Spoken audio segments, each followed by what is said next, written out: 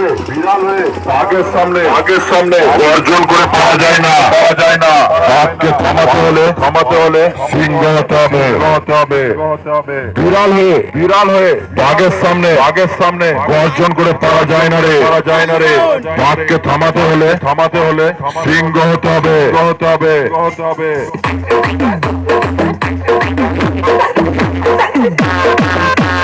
Mixed by DJ Stone Boy.